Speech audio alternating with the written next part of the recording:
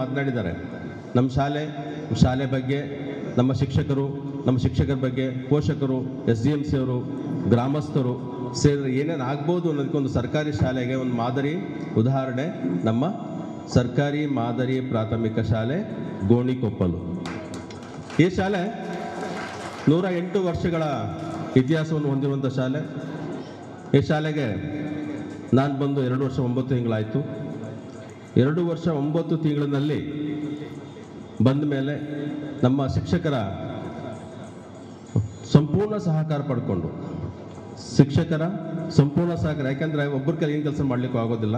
ನಮ್ಮ ಎಲ್ಲ ಶಿಕ್ಷಕರು ಫಸ್ಟು ಸಂಪೂರ್ಣ ಸಹಕಾರ ತಗೊಂಡು ಏನೇನು ಮಾಡಬೇಕು, ಹೇಗೆ ಮಾಡಬೇಕು ಅನ್ನೋದೆಲ್ಲ ಅವ್ರ ಹತ್ರ ಮಾಹಿತಿಯನ್ನು ಪಡ್ಕೊಂಡು ಮುಂದಾಳತ್ವ ವಹಿಸ್ಕೊಂಡು ಕೆಲಸವನ್ನು ನಿರ್ವಹಣೆ ಮಾಡ್ತಿದ್ವಿ. ಆದರೆ ನಾವೊಬ್ಬ ಶಿಕ್ಷಕನಾಗಿ ನನಗೆ ಹೊಸ ಊರು, ಈ ಊರು ಗೋಣಿಕೊಪ್ಪ ನನಗೆ ಹೊಸ ಊರು. ನಾನು ಕೊಡಗಿನಲ್ಲೇ ಹುಟ್ಟಿರ್ಬೋದು. ನನಗೆ ಸೋಮವಾರಪೇಟೆ ತಾಲೂಕಿನಲ್ಲಿ 32 ವರ್ಷ ಕೆಲಸ ಮಾಡಿದ್ದೇನೆ. ಬಟ್ ಇಲ್ಲಿ ಬಂದದ್ದು 33ನೇ ವರ್ಷಕ್ಕೆ ಇಲ್ಲಿ ಶಾಲೆಗೆ ಬಂದ ಮೇಲೆ ನಾವು ನಮ್ಮ ಶಾಲೆ ಹೇಗಿರಬೇಕು, ನನ್ನ ಕನಸು ಹೇಗಿರಬೇಕು, ನಾನು ಏನು ಮಾಡ್ಕೊಂಡು ಬಂದಿದ್ದೀನಿ ಅನ್ನೋದ್ರ ಬಗ್ಗೆ ಈ ಹಿಂದೆ ಇದ್ದಂಥ 8ನೇ ಶಾಲೆ ನನಗಿದು. 7 ಶಾಲೆಗಳಲ್ಲಿ ಬೇರೆ ಬೇರೆ ಥರದಲ್ಲಿ ಕೆಲಸ ಮಾಡ್ಕೊಂಡು ಬಂದೆ. 8ನೇ ಶಾಲೆಯಲ್ಲಿ ಇನ್ನೂ ಏನೋ ಒಂದು ಸಾಧನೆ ಮಾಡಬೇಕು ಅನ್ನೋದು ಕೇಳಿದಾಗ ನಮ್ಮ ಶಿಕ್ಷಕರಲ್ಲಿ ಸಲಹೆ ಸೂಚನೆಗಳು ಎಲ್ಲ ಪಡ್ಕೊಂಡು ನಮ್ಮ ಹಿರಿಯ ವಿದ್ಯಾರ್ಥಿಗಳ ಸಂಘದ ಅಧ್ಯಕ್ಷರು, ಅವರ ಒಂದು ಸದಸ್ಯರು ಎಲ್ಲರನ್ನ ಸಲಹೆ ಪಡ್ಕೊಂಡು ಸತೀಶ್ ಸರ್ ಅವರು ಮತ್ತು ಎಲ್ಲ 15 ಜನ ಶಿಕ್ಷಕರು ಸ್ಟಾಫ್ ಇದೆ. ನಮ್ಮದು ಉತ್ತಮವಾದ ಸ್ಟಾಫ್ ಇದೆ. ಆ 15 ಶಿಕ್ಷಕರ ಸಂಪೂರ್ಣ ಒಂದು ಸಹಕಾರ ಪಡೆದು ಈ ಒಂದು ಕೆಲಸಕ್ಕೆ ಕೈ ಹಾಕಿದ್ವಿ. ಫಸ್ಟ್ ಸಭೆಯಲ್ಲಿ 15 ಜನ ಹಿರಿಯ ವಿದ್ಯಾರ್ಥಿಗಳು ಸಭೆಯನ್ನು ಕರೆದು 15 ಜನ ಬಂದಿದ್ದರು. ಅದಾದ ನಂತರ 10 ಜನ ಬಂದರು. ಅದಾದ ನಂತರ 5 ಜನ ಬಂದರು.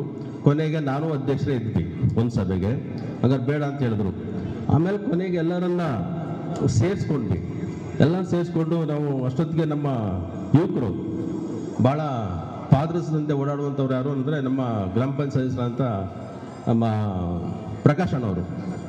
ಈ ಊರಲ್ಲಿ ನಂಗೆ ಪರಿಚಯ ಇದ್ದಿದ್ದು ಪ್ರಕಾಶ್ ಅವ್ರು ಮಾತ್ರ.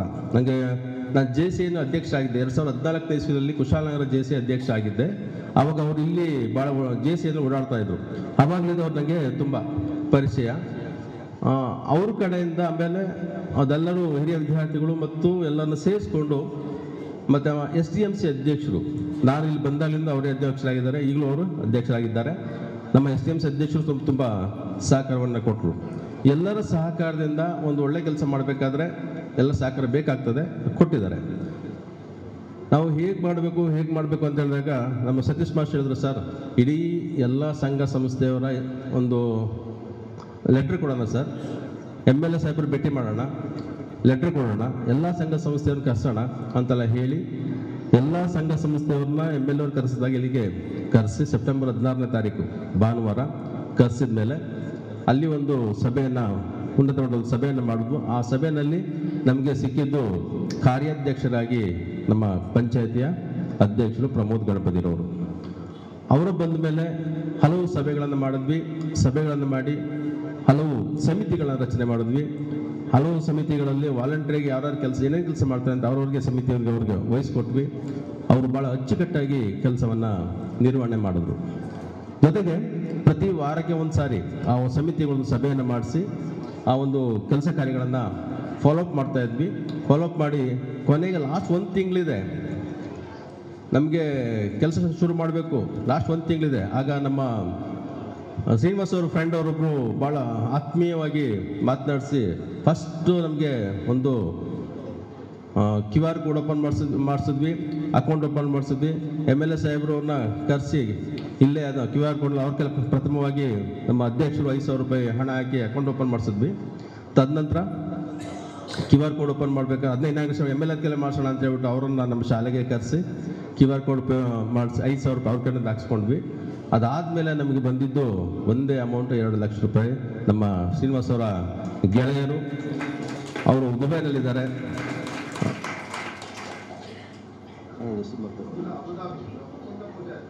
ಅಬುದಾಬಿನಲ್ಲಿ ಇರುವಂಥದ್ದು ಮುಕುಂದ ಪೂಜಾರಿ ಅವರು ಅಂತೇಳಿ ಅವರು ನಾವು ಕೊಡ್ತೇನೆ ಸರ್ ಅಂತೇಳಿ ಅವ್ರು ಹೇಳಿ, ಸರ್ ಬಂತು ಸರ್ ದುಡ್ಡು ಬಂತು ನೋಡಿ ಸರ್ ಚೆಕ್ ಮಾಡಿ ಸರ್ ಅಂತ ಹೇಳಿ ಬಹಳ ಫಾಲೋಅಪ್ ಮಾಡಿ ಫಸ್ಟ್ 2 ಲಕ್ಷ ರೂಪಾಯಿ ಹಾಕ್ಸ್ಬಿಟ್ರು. ಆವಾಗ ಸ್ವಲ್ಪ ಧೈರ್ಯ ಬಂತು. ಅದಾದಮೇಲೆ ನಮ್ಮ ಎಲ್ಲ ಹಿರಿಯರು ಮೋಹನ್ ಸರ್ ಅವರು, ಮೋತಿ ಸರ್ ಅವರು, ಅವರ ಟೀಮ್, ಕಾಮತ್ ಸರ್ ಅವರು, ಅವ್ರ ಟೀಮ್ನವರೆಲ್ಲ ಸೇರಿ ಅವರೆಲ್ಲ ಕೊಡುಗೈ ದಾನಿಗಳು, ಕೇಳಿದವರೆಲ್ಲ ಕೊಟ್ಟಿರೋದವರೆಲ್ಲರೂ ಇವ್ರುಗಳೇ ಹೋಗಿ ಬೇರೆ ಬೇರೆ ಕಡೆ ಹೋಗಿ ಸುಮಾರು 4 ಲಕ್ಷ ರೂಪಾಯಿಯಷ್ಟು ಹಣವನ್ನು ವಸೂಲಿ ಮಾಡ್ಕೊಬಂದು ನಮ್ಮ ಜೊತೆಗೆ ಕೈ ಜೋಡಿಸ್ತಾರೆ. ಅದಾದಮೇಲೆ ನಮ್ಮ ಅಧ್ಯಕ್ಷರು, ಪಂಚಾಯತಿ ಅಧ್ಯಕ್ಷರು ಮತ್ತು ಪ್ರಕಾಶ್ ಅಣ್ಣ ಅವರು ನಮ್ಮದು ಒಂದು ಟೀಮಲ್ಲಿ ಹೋಗಿ ಟೌನ್ನಲ್ಲಿ ಸ್ವಲ್ಪ ಕಲೆಕ್ಷನ್ ಮಾಡ್ತೀವಿ. ಅದೆಲ್ಲ ಆದ ನಂತರ ಪುನಃ ಒಂದು ಸ್ವಲ್ಪ ಬೆಂಗಳೂರಿಗೆ ಹೋಗೋಣ ಅಂತ ಹೇಳಿ MLA ಸಾಹೇಬ್ರ ಹತ್ರ ಹೋಗ್ಬಿಟ್ಟು ಮಾತಾಡ್ಸೋಣ ಅಂತ ಫಸ್ಟ್ ಟೈಮ್ ಹೋದ್ವಿ. ಪಾಪ ಅವ್ರಿಗೆ ತುಂಬ ಬ್ಯುಸಿ ಇದ್ದರು. ಆಮೇಲೆ ಪುನಃ ಡೇಟ್ ಕೊಟ್ಟರು, ಅವೆಲ್ಲ ಹೋದ್ವಿ. ಹೋದಾಗ ಅಲ್ಲಿ ಇದೇ ಶಾಲೆಯಲ್ಲಿ ಓದಿದ ವಿದ್ಯಾರ್ಥಿ ಜಾರ್ಜ್ ಅವ್ರ ತಂಬಿ ಅಂತ ಕರೀತಾರೆ ಅವ್ರನ್ನ, ಮತ್ತು ತಂಬಿ ಮತ್ತು ಜೋಸೆಫ್ ಅಂತ. ಅವರು ಫೋನ್ ನೋಡಿ, ಗೋಣಿಕೊಪ್ಪ ಶಾಲೆ ಹೆಡ್ ಮಾಸ್ಟ್ರು ಮತ್ತು ಅಧ್ಯಕ್ಷರೆಲ್ಲ ಬಂದಿದ್ದಾರೆ, ಏನು ಮಾಡ್ತೀರಪ್ಪ ಅಂತ ಕೇಳಿದ್ರು. ಅವ್ರು ಅಷ್ಟೇ ಕೇಳಿದ್ದು, ಸರ್ ನನ್ನಿಂದ ನನ್ನ ತಮ್ಮನಿಂದ 2 ಲಕ್ಷ ದುಡ್ಡು ಕೊಡ್ತೀವಿ ಸರ್ ಅಂತ ಅವ್ರು ಹೇಳಿದರು. ಬರ್ಕೊಳ್ಳಿ ಅಂದರು. ನನಗೆ ಅಲ್ಲೇ ಬರ್ಸಿದ್ರು, ಇಂತಿಂಥವ್ರು 2 ಲಕ್ಷ ಕೊಡ್ತಾರೆ ಅಂತ. ಅದಾಗ 10 ನಿಮಿಷದಲ್ಲಿ ಅಣ್ಣ ಬೇಸರ ಆಯ್ತಾ ನಿಮಗೆ ಅಂತ ಅವ್ರಿಗೆ ಫೋನ್ ಮಾಡಿ ಕೇಳಿದ್ಮೇಲೆ, ಇಲ್ಲ ಅದೇನಿಲ್ಲಪ್ಪ 2 ಲಕ್ಷ ಕೊಡ್ತೀನಿ ಅಂತ ಹೇಳಿದ್ರು, ಸಾಕು ಬಿಡು ಅಷ್ಟೇ ಸಾಕು ಅಂತ ಹೇಳಿದರು. ಇಲ್ಲ ಅಣ್ಣ 5 ಲಕ್ಷ ಕೊಡ್ತೀನಿ ಅಂತಂದರು. ಆಮೇಲೆ ಅವರು 5 ಲಕ್ಷ ರೂಪಾಯಿನ ಅವ್ರು ಕೊಟ್ಟರು. ಹಾಗೆಯೇ ಬೇರೆಯವರೆಲ್ಲರೂ, ಇನ್ನೊಬ್ಬರು ಗಾರ್ಮೆಂಟಲ್ಲಿ ಫ್ಯಾಕ್ಟ್ರಿ ಇಟ್ಕೊಂಡಿದ್ದಾರೆ ನಮ್ಮ ಗೋಣಿಕೊಪ್ಪದವರೇ, ಮೇಡಮ್ನವರೊಬ್ಬರು, ಅವರ ಫ್ಯಾಮಿಲಿ ಕಡೆಯಿಂದ 1 ಲಕ್ಷ ರೂಪಾಯಿ ಅಜಿತ್ ಅಣ್ಣ ಅವ್ರು ಫೋನ್ ಮಾಡಿ 1 ಲಕ್ಷ ರೂಪಾಯಿನ ಕೊಡಿಸಿದ್ರು. ಹೀಗೆ ಹಣ ನಮಗೆ ಏನು ಬೇಕು, ನಾನು ಆ್ಯಕ್ಚುಲಿ ಅವ್ರು ಫಸ್ಟ್ ಡೇನೇ ನನ್ನ ಇಲ್ಲೇ ಸಭೆಯಲ್ಲಿ ಕೇಳಿದರು MLA ಸಾಹೇಬರು, ಎಷ್ಟು ಬಡ್ಜೆಟ್ ಇದೆ ನಿಮ್ಮದು ಅಂತ. ಸರ್ 25 ಲಕ್ಷ ರೂಪಾಯಿ ಅಂತ ಒಂದೇ ಮಾತಲ್ಲಿ ಹೇಳಿದ್ದು ನಾನು. 25 ಲಕ್ಷ ರೂಪಾಯಿ ಆಗುತ್ತೆ ಸರ್, ಅಷ್ಟು ಬಡ್ಜೆಟ್ ಆಗುತ್ತೆ, ಅಷ್ಟು ಕಾರ್ಯಕ್ರಮ ಅದ್ದೂರಿಯಾಗಿ ಮಾಡಬೇಕು ಅನ್ನೋ ವಿಷಯದಲ್ಲಿ ಹೇಳಿದ್ವಿ. ಅಷ್ಟೊಂದು ಬೇಕಾ ಅಂದರು. ಸರ್ ಬೇಕು ಸರ್ ಅಂತ ಹೇಳಿದ್ರು. ಯಾಕೆಂದರೆ ನಮ್ಮ ಯೋಚನೆಗಳು ಅದೇ ರೀತಿ ಇತ್ತು. ಅದಕ್ಕೆ ಪೂರಕವಾಗಿ ನಮಗೆ 18ರಿಂದ 19 ಲಕ್ಷ ರೂಪಾಯಿಯಷ್ಟು ಕ್ರೋಢೀಕರಣ ಆಯಿತು. ಭಾಳ ವಿಜೃಂಭಣೆಯಿಂದ 15-16 ಲಕ್ಷ ರೂಪಾಯಿ ದುಡ್ಡು ಖರ್ಚು ಮಾಡಿ ಕಾರ್ಯಕ್ರಮ ಮಾಡಿದ್ವಿ. ಆ ಅಷ್ಟು ಕಾರ್ಯಕ್ರಮವನ್ನು ಮಾಡಬೇಕಾದ್ರೆ ನಾವು ಕಾರ್ನಲ್ಲಿ ಬೆಂಗಳೂರಿಗೆ ಹೋಗ್ಬೇಕಾದ್ರೆ ಲೈಟಿಂಗ್ ಹಾಕ್ಸ್ಬೇಕು. ನಾನು ಯಾವ ರೀತಿ ಹಾಕ್ಸ್ಬೇಕು ಅಂದರೆ, ಇಡೀ ಶಾಲೆಗೆ ಲೈಟಿಂಗ್ಸ್ ಇರಬೇಕು, ಎಲ್ಲೂ ಗ್ಯಾಪ್ ಕೊಡಬಾರ್ದು. ನಮ್ಮ ಶಾಲೆ ಬೆಳಗಬೇಕು. ಎಷ್ಟು ದಿನ ಬೆಳಗಬೇಕು? 1 ವಾರ ಕತ್ತಲು ಎಲ್ಲೂ ಇರಬಾರ್ದು, ಬೆಳಕೆ ಇರಬೇಕು ಅನ್ನೋ ರೀತಿಯಲ್ಲಿ ಬೆಳಗಿಸಿದ್ವಿ. ಇಡೀ ಶಾಲೆ 32 ಕೊಠಡಿಯ ಶಾಲೆಗೆ ಪ್ರತಿ ಹಂಚಿನ ಮೇಲೆ ಎಲ್ಲ ನೋಡಿದ್ದಿರ್ಬೋದು, ಅದನ್ನು ವಿಡಿಯೋಸ್ ಇನ್ನೂ ಇದೆ, ತುಂಬ ಚೆನ್ನಾಗಿ ಲೈಟಿಂಗ್ಸ್ ಅರೇಂಜ್ ಮಾಡಿಸಿದ್ವಿ. ಅದು ಎಷ್ಟು ಪ್ರಚಾರ ಕೊಡ್ತು ಅನ್ನೋದಕ್ಕೆ ನಮ್ಮ ಶಾಲೆ ಬಗ್ಗೆ ತುಂಬ ರಾಜ್ಯದಲ್ಲೇ ನಮ್ಮ ಕೆಲವು ಫ್ರೆಂಡ್ಸ್ ಎಲ್ಲ ಹೊರಗಡೆ ಇದ್ದಾರೆ, ಅವರೆಲ್ಲರೂ ಫೋನ್ ಮಾಡಿ ಇಷ್ಟು ಚೆನ್ನಾಗಿ ಮಾಡಿದ್ದೀನಪ್ಪ ನಿಮ್ಮ ಶಾಲೆ, ಅದು ಸರ್ಕಾರಿ ಶಾಲೆ ಈ ರೀತಿ ಇದೆಯಾ ಅನ್ನೋ ಮಟ್ಟಿಗೆ ಬಂದು ಕೇಳುವಾಗ ಆಯಿತು. ಆ ಒಂದು ದೃಷ್ಟಿಯಿಂದ ನಮ್ಮ ಸರ್ಕಾರಿ ಶಾಲೆಗೆ ನಾವು ಏನು ಮಾಡಬಹುದು ಅನ್ನೋದನ್ನು ನಮ್ಮ ಯೋಜನೆಗಳನ್ನ ಇಟ್ಕೊಂಡಾಗ ಮಾತ್ರ ಸಾಧ್ಯ. ಯಾಕೆ ಬರೀ ಶಾಲೆ ಚೆಂದ ಕಾಣಲು ಸಾಲದು, ನಮ್ಮ ಮಕ್ಕಳು ಒಳಗಳಲ್ಲೂ ಚೆನ್ನಾಗಿರಬೇಕು, ಮಕ್ಕಳು ಚೆನ್ನಾಗಿ ಓದಲಿಕ್ಕೂ ಬರಬೇಕು, ಬರೀಲಿಕ್ಕೂ ಬರಬೇಕು, ಎಲ್ಲ ಥರದಲ್ಲೂ ಇರಬೇಕು ಮಕ್ಕಳು. ಹಾಗಾಗಿ ನಮ್ಮ ಟೀಚರ್ಸು ಭಾಳ ಅಚ್ಚುಕಟ್ಟಾಗಿ ಅದನ್ನು ನಿರ್ವಹಣೆ ಮಾಡ್ತಾ ಇದ್ದಾರೆ. ಕಲಿಕೆಯಲ್ಲಿ ತುಂಬ ಚೆನ್ನಾಗಿದೆ. ಏನೇ ಇರಲಿ, ಈ ಒಂದು ಕಾರ್ಯಕ್ರಮವನ್ನು ಸರಿಗಾಗಲೇ ಏನೇನೋ ನನ್ನ ಎಲ್ಲರೂ ಒಳ್ಳೆತನದಲ್ಲಿ ಸಂಬೋಧನೆ ಮಾಡಿ ಹೇಳ್ತಾ ಇದ್ದಾರೆ. ಬಟ್ ನನ್ನ ಕೆಲಸ ನಾನು ಮಾಡಿದ್ದೀನಿ, ನನ್ನ ಕರ್ತವ್ಯ. ಸರ್ಕಾರ ನಮಗೆ ಸಂಬಳ ಕೊಡ್ತಾ ಇದೆ, ನನ್ನ ಶಾಲೆ ಹೇಗಿರಬೇಕು, ಎಲ್ಲರ ಸಹಕಾರದಿಂದ ಒಂದು ಶಾಲೆ ಯಾವ ರೀತಿ ಆಗ್ಬೋದು ಅನ್ನೋದ್ರ ಬಗ್ಗೆ ನಾವು ಅರ್ಥಕೊಂಡು ಕೆಲಸವನ್ನು ಮಾಡಿದ್ವಿ. ಮತ್ತು MLA ಸಾಹೇಬರು ಒಂದು ಮಾತಂದರು, ಹೆಡ್ ಮಾಸ್ಟರ್ ಅಂತ ಹೇಳ್ತಿದ್ರು. ಅದಾದಮೇಲೆ ಒಂದು ಸರಿ ಹೇಳಿದ್ರು, ಕಾರ್ಯಕ್ರಮ ಮುಗಿಸ್ಕೊಂಡು ಹೋಗುವಾಗ, ಕುಮಾರ್ಜಿ ನಿಮ್ಮ ಕಾರ್ಯಕ್ರಮ ತುಂಬ ಉತ್ತಮವಾಗಿ ಮೂಡಿ ಬಂದಿದೆ, ಅಭಿನಂದನೆಗಳು ನಿಮಗೆ ಅಂತ ಹೇಳಿದ್ರು. ಆವಾಗ ನಾವು ಒಬ್ಬ ಅಷ್ಟು ದೊಡ್ಡ ಜನಪ್ರತಿನಿಧಿ ಆ ರೀತಿ ಹೇಳಿದಾಗ ನಾವು ಮಾಡಿದ ಕೆಲಸಕ್ಕೆ ಸಾರ್ಥಕತೆ ಇದೆ ಅನ್ನೋದನ್ನ ಅವ್ರು ಗುರುತಿಸ್ತಾರೆ ಅನ್ನೋದಕ್ಕೆ ನಾನು ಹೇಳಲಿಕ್ಕೆ ಇಷ್ಟಪಡ್ತೀನಿ. ಅಷ್ಟೆಲ್ಲ ಆಗಬೇಕಾದ ಕಾರಣ ಇಲ್ಲಿ ಕುಳಿತಿರೋ ಎಲ್ಲರೂ ಮತ್ತು ಮುಂದೆ ಕುಳಿತಿರೋ ಎಲ್ಲರೂ ಮತ್ತು ಹಿರಿಯರು ಮತ್ತು ಅಧ್ಯಕ್ಷರು ಮತ್ತು MLA ಸಾಹೇಬ್ರೆ, ನಮ್ಮ ಕೈಲಿ ಏನು ಹೋಗಿಲ್ಲ, ಕೆಲಸ ಮಾಡಿದ್ವಿ, ಕೆಲಸ ಹೇಳಿದ್ವಿ, ಇಂಥದ್ದು ಆಗಬೇಕು, ಹೀಗೆ ಆಗಬೇಕು, ಇದೇ ರೀತಿ ಇರಬೇಕು ಅಂತ ಹೇಳ್ಕೊಟ್ಟಿದ್ವಿ. ಬಟ್ ಹಾಗೆ ಮಾಡಿದ್ದಾರೆ. ಬಟ್ ಈ ಒಂದು ವಿಷಯದಲ್ಲಿ ಮಣಿಕಂಠವರು ಭಾಳ ಹಠವನ್ನು ಮಾಡಿದರು. ನಾವಿಗೊಂದು ಜಾಗ ಬೇಕು. ಅವರು ಮೊದಲು ಬಂದು ಕೇಳಿದ್ದು ನನ್ನ ಜಾಗ ಎಷ್ಟು ಬೇಕು ಅಂದರೆ 26 ಅಡಿ ಕೇಳಿದರು. 26 × 26 ಇಲ್ಲಿ ಎಷ್ಟಿತ್ತು ಅಷ್ಟು ಜಾಗ ನಮಗೆ ಕೊಟ್ಬಿಡಿ, ನಾವೊಂದು ಹಾಲ್ ಮಾಡ್ತೀವಿ, ಕೂರಕ್ಕೆ ವ್ಯವಸ್ಥೆ ಮಾಡಿಕೊಡ್ತೀವಿ ಅಂತೇಳಿ ನಾವು ಸತಾಯಿಸಿ ಕೊನೆಗೆ ಅಷ್ಟು ಕೊಡೋಕ್ಕಾಗೋದಿಲ್ಲ ಅಂತೇಳಿ ಒಂದು ಮೀಟಿಂಗ್ ಮಾಡಿ, ಎಲ್ಲರೂ ಭಾನುವಾರ ಬಂದೆಲ್ಲ ಕೂತು ಮೀಟಿಂಗ್ ಮಾಡಿ 10x10 10 ಅಡಿ ಕೊಡ್ತೇವೆ, ಅದರಲ್ಲಿ ನೀವು ವ್ಯವಸ್ಥೆ ಮಾಡ್ಕೊಳ್ಳಿ ಅಂತ ಒಂದು ಡಿಸೈನ್ ಮಾಡಿಸಿದ್ರು, ಎಸ್ಟಿಮೇಟ್ ಮಾಡಿಸ್ಕೊಟ್ರು. ಆ ಡಿಸೈನು ಎಸ್ಟಿಮೇಟ್ ಎಲ್ಲ ಆದಮೇಲೆ ನಮ್ಮ ಹಿರಿಯ ವಿದ್ಯಾರ್ಥಿಗಳು ಒಂದು ಸಭೆಯನ್ನು ಕರೆದೆ, ನಮ್ಮ STM ಸರ್ ಅಧ್ಯಕ್ಷರು ಹೇಳಿ ನಮ್ಮ ಅಧಿಕಾರಿಗಳಿಗೆ ಮಾಹಿತಿಯನ್ನು ತಿಳಿಸಿದ ಮೇಲೆ ಆಯಿತು ಮಾಡಿ ಅಂತ ಹೇಳಿ ಈ ಜಾಗವನ್ನು ನಾವು ಅವ್ರಿಗೆ ಬಿಟ್ಕೊಟ್ವಿ. ಬಿಟ್ಕೊಟ್ಟಾದಮೇಲೆ ಅವರು ಭಾಳ ಇಲ್ಲಿ ಒಂದು 10 ಜನ ಬಹಳ ಕಷ್ಟಪಟ್ಟು ಈ ಕೆಲಸವನ್ನು ಮಾಡಿದ್ದಾರೆ. ಇಲ್ಲೇ ನಿಂತ್ಕೊಂಡು ಅವ್ರ ಮನೆ ಕೆಲಸ ಅಷ್ಟು ಮಾಡಿಲ್ವೇನೋ ಬಹುಶಃ, ಇಲ್ಲೇ ನಿಂತ್ಕೊಂಡು ಆ 100% ಅಂತೇಳಿ ಇದ್ದಾರಲ್ಲ ಅವರು ಹಗಲು ರಾತ್ರಿ ಇಲ್ಲೇ ಇರ್ತಾರೆ. ಅವರು ಇಲ್ಲಿ ಮನೆಗೆ ಹೋಗ್ತಿರ್ಲಿಲ್ಲ, ಅವರು ಹಗಲು ರಾತ್ರಿ ಊಟ ಆದರೂ ಇಲ್ಲೇ. ಹಾಗೆ ಉತ್ತಮವಾದ ಕೆಲಸ ಕಾರ್ಯ ಮಾಡಿದ್ದಾರೆ ಅವರನ್ನು. ಅವರು ಜೊತೆಗೆ ಎಲ್ಲರೂ ಮಾಡಿದ್ದೀರಿ, ಅವರೊಬ್ಬರೇ ಅಂತಲ್ಲ, ಮಣಿಕಟ್ಟವ್ರು ನೀವು ಮಾಡಿದ್ದೀರಿ, ಜೊತೆಗೆ ಹೇಳಿದ್ದು ನಾನು. ಅಂದರೆ ಆ ಒಂದು ಕೆಲಸ ಮಾಡೋ ಸಂದರ್ಭದಲ್ಲಿ ನಿಮ್ಗೇನು ಸಹಕಾರ ಬೇಕೋ ನಮ್ಮೆಲ್ಲ ಶಿಕ್ಷಕರು ಟೀಚರ್ಸ್ ಎಲ್ಲ ನಾವು ಕೊಟ್ಟಿದ್ದೀವಿ, ನಾವು ಕೊಟ್ಟಿದ್ದೇವೆ.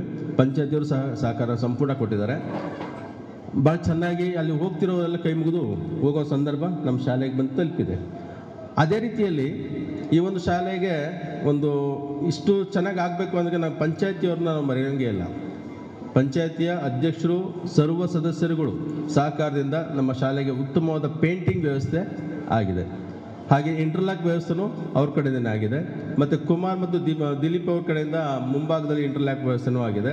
ಹಾಗಾಗಿ ಅವ್ರಿಗೆ ವಿಶೇಷವಾದ ಅಭಿನಂದನೆ ನಿಮ್ಮ ಮೂಲಕನೂ ನಾವು ಈ ವೇದಿಕೆಯಿಂದ ಹೇಳಲಿಕ್ಕೆ ಇಷ್ಟಪಡ್ತೀನಿ.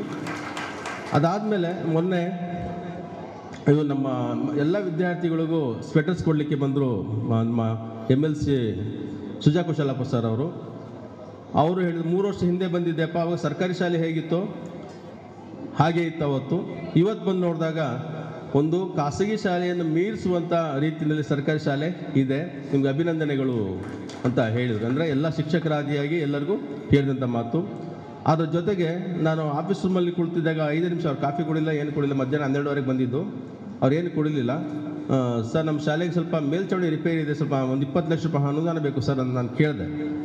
ನಾನು ಯಾರು ಬಂದರೂ ಬಿಡೋದಿಲ್ಲ, ಒಟ್ಟು ಅಧಿಕಾರಿ ಬರಲಿ ಯಾರೇ ಬರಲಿ, ನನಗೆ ಏನು ಬೇಕು ಶಾಲೆಗೆ ಅಂತ ಕೇಳ್ತೀನಿ. ಕೇಳಿದೆ, ನಂಗೆ ಅಷ್ಟು ಕೊಡಲಿಕ್ಕಾಗಲ್ಲಪ್ಪ, 5 ಲಕ್ಷ ರೂಪಾಯಿ ವ್ಯವಸ್ಥೆ ಮಾಡಿಕೊಡ್ತೀನಿ. ಇನ್ನಿಬ್ಬರು MLC ಕಡೆಯಿಂದ 5 ಲಕ್ಷ ಒಟ್ಟು 15 ಲಕ್ಷ ರೂಪಾಯಿ ವ್ಯವಸ್ಥೆ ಮಾಡಿಕೊಡ್ತೀನಿ. ನಿಮ್ಮ ಶಾಲೆಗೆ ಏನು ಕೆಲಸ ಬೇಕು ಅದನ್ನು ಮಾಡ್ಕೊಳ್ಳಿ ಅಂತ ಹೇಳಿದ್ದಾರೆ. ಅಂದರೆ ನಮ್ಮ ಅಪ್ರೋಚು ಹೇಗಿರಬೇಕು ಅದನ್ನು ನಾವು ಮಾಡಿದ್ದೀವಿ. ಆಗ ಸೆಪ್ಟೆಂಬರ್ ತಿಂಗಳಿನಲ್ಲಿ ಅದನ್ನು ಲೆಟ್ರಲ್ಲಿ ಕೊಡಿ, ನಾನು ಮೇಲ್ಛಾವಣಿ ರಿಪೇರಿ ಮಾಡಿಸ್ಕೊಡ್ತೀನಿ ಅಂತ ಹೇಳಿದ್ದಾರೆ ಸರ್. ಅದಕ್ಕೆ ಜ್ಞಾಪಕ ಮಾಡಬೇಕು ಅಂತಲೂ ಹೇಳಿದ್ದಾರೆ.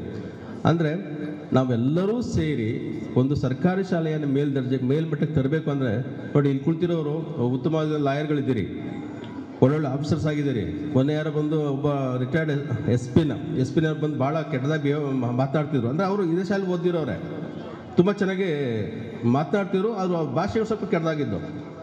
ಅಂದರೆ ನಮ್ಮ ಸರ್ಕಾರಿ ಶಾಲೆಯಲ್ಲಿ ಓದಿದ ವಿದ್ಯಾರ್ಥಿಗಳು ಎಲ್ಲಿ ಬೇಕಾದ್ರೆ ಜೀವನ ಮಾಡ್ತಾರೆ ಅನ್ನೋದಕ್ಕೆ ಇಲ್ಲೆಲ್ಲ ಇರೋರೇ ಸಾಕ್ಷಿ, ಇಲ್ಲಿರೋರೇ ಸಾಕ್ಷಿ.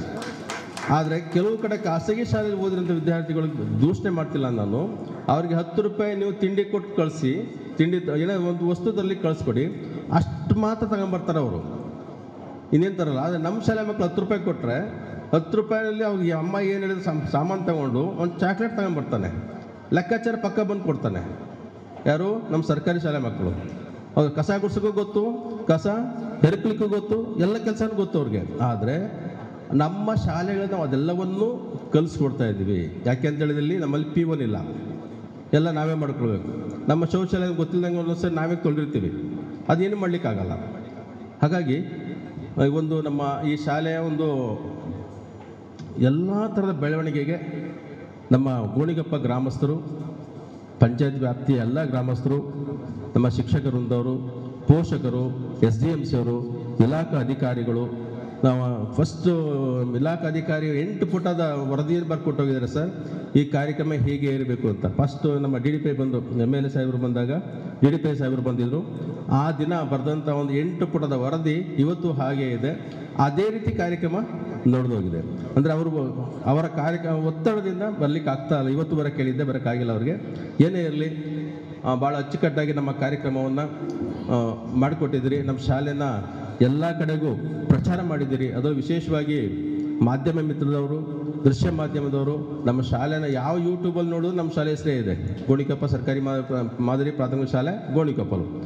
ಇವರಂತೂ ನಮ್ಮ ಜಗದೀಶ್ ಸರಂತೂ 19 ಯೂಟ್ಯೂಬ್ ಚಾನಲಲ್ಲಿ 19 ಕಾರ್ಯಕ್ರಮ ಮಾಡಿದ್ದಾರೆ.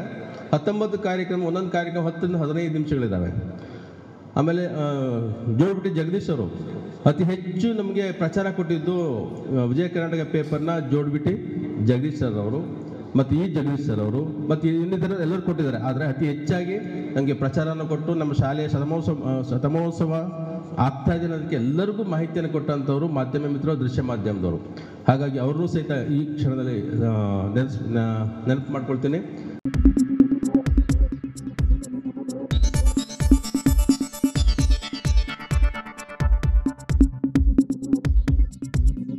ನಾನು ನಿಮ್ಮ ಜಗದೀಶ್, ಕೊಡಗು ಧ್ವನಿ ಡಿಜಿಟಲ್ ಮೀಡಿಯಾದಿಂದ. ನಮ್ಮ ಚಾನಲನ್ನು ಸಬ್ಸ್ಕ್ರೈಬ್ ಮಾಡಿ, ಲೈಕ್ ಮಾಡಿ, ಶೇರ್ ಮಾಡಿ.